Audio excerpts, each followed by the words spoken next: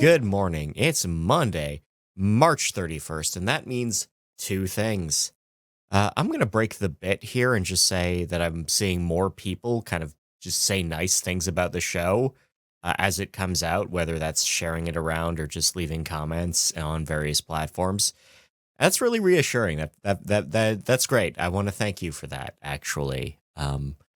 But the important thing is that it is time for the lighting industry news brief brought to you by Keystone Tech and the direct drive emergency tube. This is fully compliant with an UL Underwriters Lab 924 standard, which means it is a Type B T8 tube that incorporates a rechargeable battery into a tube format. It resists tampering. It can't be removed accidentally. It comes with testing gear, just with one button. And speaking of one button, it still has Keystone's selectable CCT. That's right, 5 options on a button, on a switch, on the device, which means that you can save a lot of space and make your customer very happy, and no one has to deal with one emergency tube being a weird color compared to the rest in the 2x4. That's great. Visit the link in the description or keystonetech.com for more. Let's get into the news because we have a big one. Battle stations, yellow alert, actions, brace yourselves, buckle in, because SSL from the DLC version 6 is coming. Version 6 will be rolling out. We will have a whole new QPL and a whole new QPL process coming in April. We have a new presidential executive order urging mining. This is a March 20th order that demands domestic rare earths extraction. On the tariff tracker side of things, the planned tariffs for April 2nd remain in place. The planned counter tariffs from everywhere else also still in place. I'm recording this at now o'clock on Sunday. Maybe that changes. Maybe that changes at the 11th hour on the 1st, but find somewhere else for that news. That's not how we work. We are only a weekly show. Otherwise, copper is the most expensive it's ever been this week. The S&P looks bad. Haggling has begun in earnest in some sectors, particularly for large retailers. UPS has launched a whole new service to track import fees, and Schneider is spending $700 million to expand U.S. operations. Light On has broken new ground on a new electronics plant. This will be in Quang Ninh, Vietnam. It'll host a 74-acre facility, and it'll be up and running in November. Orion will be staying on the NASDAQ. This is after their second reverse stock split. That'll push their share value back up over $1 because they've been threatened with delisting for being at about 80 cents for 6 months now. Q4 at Sonepar shows that sales are at $35.2 billion. Q4 at Energy Focus shows that their margin is at negative 35%. Q4 at Lucheco shows that revenue is up 16%. We have a dividend from Acuity with 17 cents per share. Maybe save some of that for warranties, buds. Maybe. And we have the full year at AMS Osram, revenues at 3.4 billion euros. Also, they issued their very first sustainability report. We also have an update on Signify's significant share buyback with 147,000 shares being brought back into the company fold at 21 and a nickel. 21.05 euros apiece last week. Architecture billings are continuing to fall, showing that plans for new construction just aren't planning. I should note also that this is the last day, the last day you can get early bird pricing for lighting specialist in controls. That'll be at Lightovation at the Dulles Market Center this summer. More details if you go to nail.org. The Light and Health Research Center has announced fall courses. These are 2 online courses, a 10-weeker for lighting design and a 5-weeker for light and human health, respectively. Those are still accepting applicants. Canadians, some Canadians, not all Canadians, are funding mining operations through charities. An interesting tax loophole is boosting the gold, silver, copper, and rare earth sectors of Canada via tax free donations. Moving on. Florida is considering a right to repair law. This is a proposed law that would cover a pretty wide range of products. Most of the time, when you get a right to repair, it's for phones and tractors, but this is pretty big, pretty broad. Started with wheelchairs, which is a Florida thing to do. The American Society of Civil Engineers' latest report gives America a C grade on infrastructure. This is based on investments from the previous federal administration, raising the score from a D plus.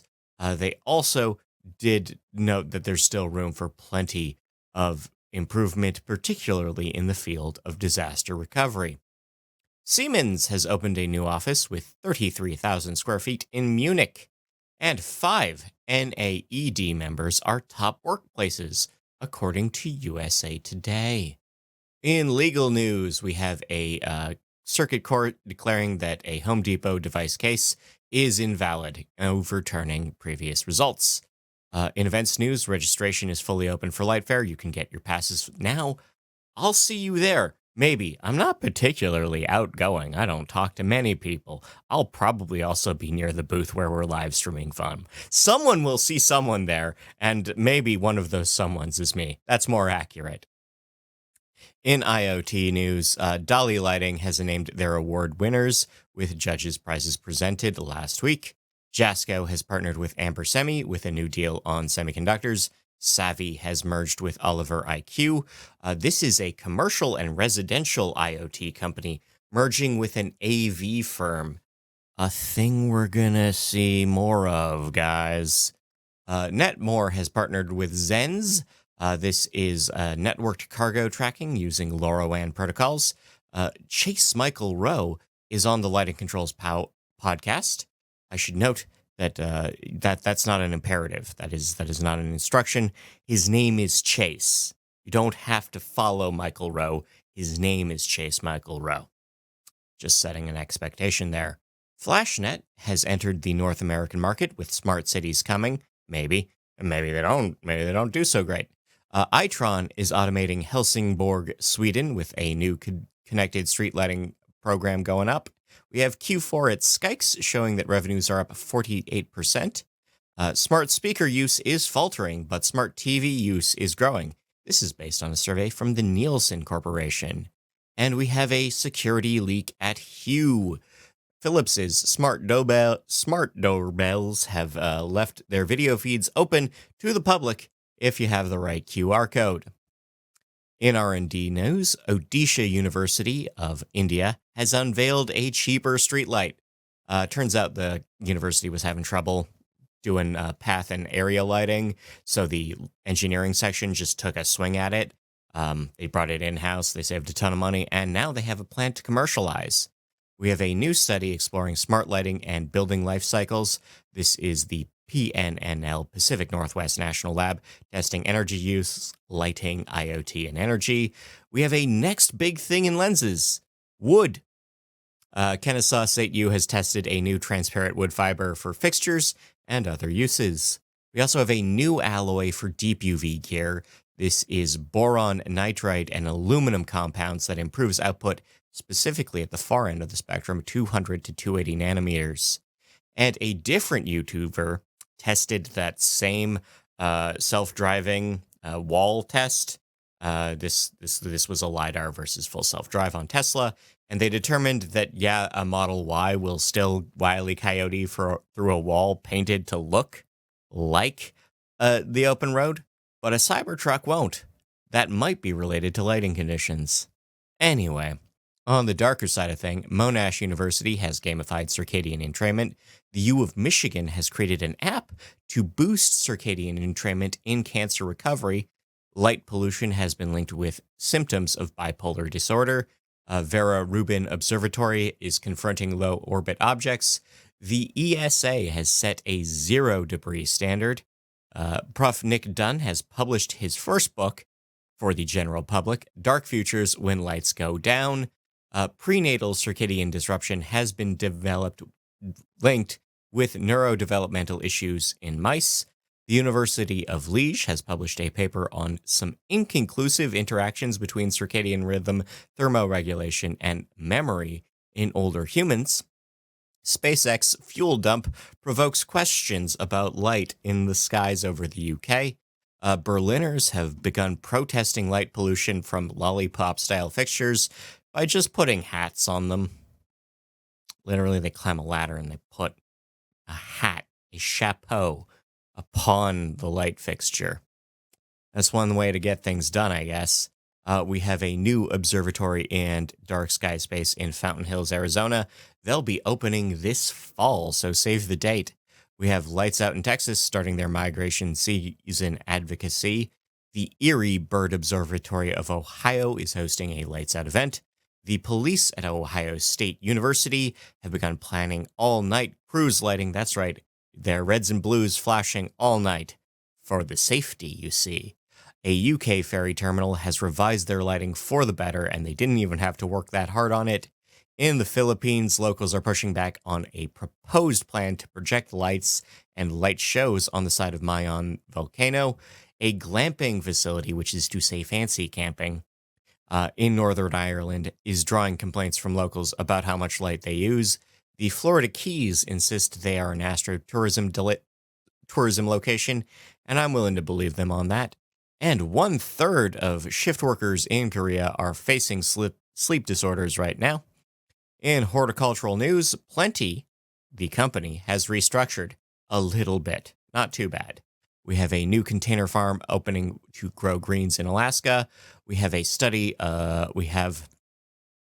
a new study showing that indoor grown wasabi costs $240 a pound less than the authentic stuff, and they don't even have to dye horseradish green to do it.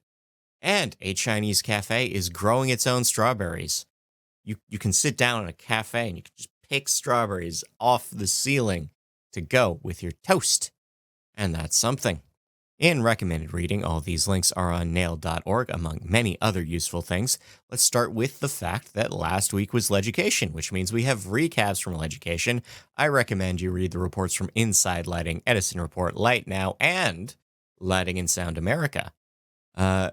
Other articles we can check out is, but no, really, why did the US get the short end of the dimmer switch compared to the EU? What the future of rare earths extraction means for us all, another case to end DST, that's daylight savings time, the best way to protect cross-linked polyethylene pipes and tubes from indoor light sources. Yeah, that's the kind of fiddly stuff I like to get into. That's a nailed topic right there. We have a brief overview of a women-only electrician business in Pakistan. We have smart street lighting and how it fits into energy goals. We have smart homes, not old folks' homes, how you can connect your parents' house so they don't have to move. We have solar lighting for rural regions. We have working to keep a dishwasher off the cloud, the issues of embodied carbon in LED, and touring the Sentient Energy Lab in Texas. In case studies, we have university campuses and responsible lighting, that is to say, balancing light pollution, and recycle luminaires for a car park, a garage in the UK. In local news, Pennsylvania has announced new energy plans for the state. Saskatchewan is funding new urban projects. We have California setting $76 million in security grants for both nonprofits and places of worship. Delaware has setting up a new home assessment program for energy. Wisconsin has canceled a series of projects that would have been funded by EPA grants. In Glendale, California, the cops have started up a new copper task force, and the San Francisco Bay Bridge has paused their lighting project due to ongoing issues. In Gilbert, Arizona, they have planned street lighting projects based on district. We have a demonstration that cuts to the United States National Park Service has actually endangered the reliability of DC, the District of Columbia's street lighting. Montgomery County, Texas has set a new PACE program. Boulder, Colorado is switching their streets to LED. Windsor, Colorado, also doing that. Brook Park, Ohio is offering grants for storefronts. New York City has updated lighting requirements for sidewalk scaffolding near construction areas, and we have a new street project going ahead in Sandy Springs, Georgia. Lighting and sound at the Lewisburg, Pennsylvania High School baseball field is going up. We have 500,000 to upgrade a farmers market in Fredericton, New Brunswick, and Owen Sound, Ontario's Light Festival, has recorded a profitable year. That's right, they do not need city funds to continue to show lights during December. Internationally, Signify has partnered with Dixon to manufacture LEDs in India for the local market. And they're about to need it because there are 15,000 streetlights planned to be switched to LED in Gurgaon, India. And in Kochi, India, they're planning to switch over 40,000 streetlights. China has launched a new trade-in program for consumer goods. That's right, you can wheel a perfectly fine dishwasher into a store and receive cash back on a connected dishwasher or similar appliance. The Church of England has declared net zero goals, starting with a plan to renovate and retrofit all of their facilities. Mecca, the Kaaba, the seat of Islam, has recorded a record power bill last month of $40 billion US. Glamox will be lighting Denmark's largest offshore wind farm. In sports news, we have renovations going ahead at Dodgers Stadium. The Phillies clubhouse celebrates installing biocentric lighting, at least on their side. I don't know if the guest team really gets to have biocentric lighting. And lighting issues did suspend one of the finals matches at the Miami Open. In People News, Steve Zhou is now on the Dali BOD. Joe Grinstead has joined Convey Lighting as their VP of Business Development. Dagmar Mundani has been named the head of mergers and acquisitions at Siemens. Salvador Lamas has been named COO of Mersen. FMS has announced a generational leadership transition. And we have a recap of 36 lighting career shuffles. In things you can make, things that I think are fun or otherwise weird, let's talk about the fact that Leducation debuted Chip, the first mascot character for LEDs. Like Hello Kitty, but like a little LED chip that does dances, I guess. Passengers aboard the Queen Anne cruise were asked to cut lights and noise as they approached pirate-infested Sulu Celebes waters. Glowing algae returns to U.S. shores. You can swap your garden lights to reduce spider populations. You can also add infrared lights to your garden to repel slugs. We have a question of why RV owners just use rope lighting a lot. You can also convert a kombucha bottle into a plasma tube. You can build an Etch-a-Sketch-like device out of LEDs. You could also build a laser harp. You can create badges that use chase lighting. You can make yet another LED clock. This one is based on filament tech that might get you sued by UCLA. I don't know if that's still a thing. We also have a guide to woven electronics and a discussion of unnecessary, quotes, unnecessary automation for a fun toy star lamp. Anyway, I've been Scott Wachter. I want to thank Olympia. I want to thank Ledvance. I want to thank Light Efficient Design and Keystone and Light Fair and Light Ovation, all for supporting this. Enjoy your week. Enjoy the music. I've got a gun. And I'm not afraid to use it.